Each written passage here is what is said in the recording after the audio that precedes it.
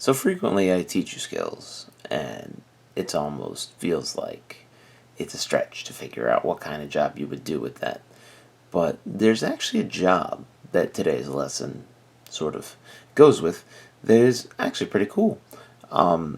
The airplane industry, when it started out in the 60s, had a lot of issues with birds flying into the engines.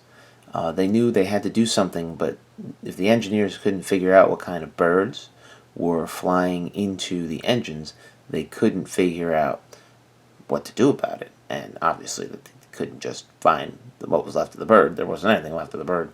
So, a particular scientist figured out, using a skill we're going to cover today, how to classify the birds using a piece of their feather. Her name was Roxy Laybourne. She invented a way to classify the birds using a tiny piece of feather and a dichotomous key. She identified the birds from many crashes, and her work helped reduce engines from being hit by birds and therefore planes blowing up and killing people. She's saved many passengers' lives. So there's a real job that comes out of this skill that you're going to learn how to do today. So let's get started. Yesterday, we learned about how to. What did we learn about how to do? We learned about the difference between living things and non-living things. You looked at some slides of living things to get an idea of what they look like. You read through the book. You saw the 6 things living things do, that non-living things don't do. So today we are leaving the non-living things behind and going strictly to the living things. So with the living things, scientists classify living things. They found millions of different living organisms on Earth, and that number keeps growing.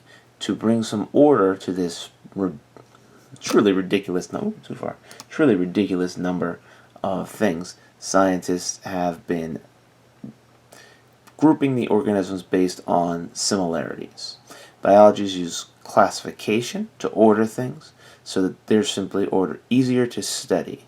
The scientific study of how we group these things together is called taxonomy, and taxonomy also involves naming these things. Right? So the system was developed by the Swedish botanist Carolus Linnaeus.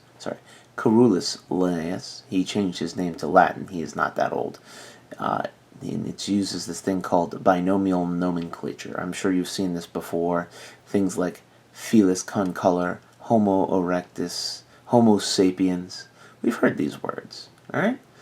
So, each organism has a unique 2-part name.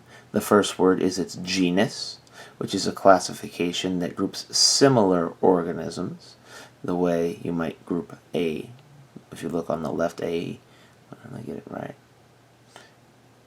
a big cat and a house cat, alright? Then the second word is where it gets really specific. Species, right? Is a group of organisms that can mate with each other, have children with each other, and produce viable offspring, right?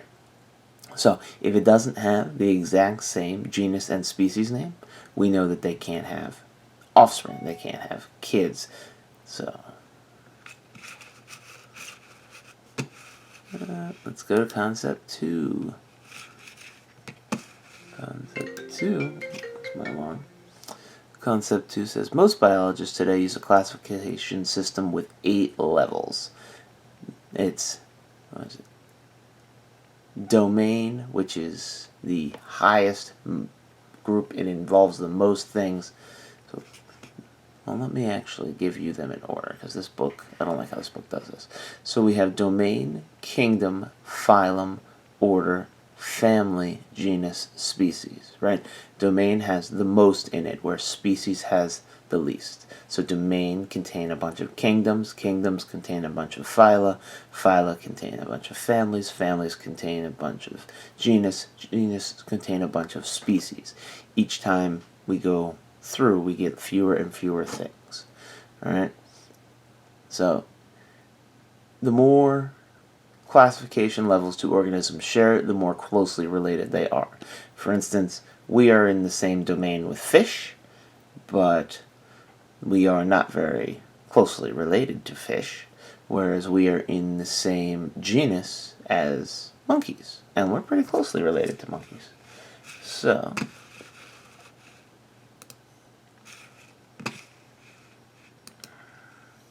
taxonomic keys are something we're going to learn to use today, and they can help us figure out what a living thing is if we don't know. We do it by going through and figuring out statements about physical traits, right? Does it have legs? Does it have a shell? Does it have... what color is it? We go through and they're either yes or no questions or something simple, and they help us figure it out through pairs of statements, and we will get there and figure that out. So at this point you should be able to answer the 3 questions that I gave you in the assignment. Make sure you restate and use full sentences today. So we're going to focus on the quality of our answers, and we will go from there. Thank you.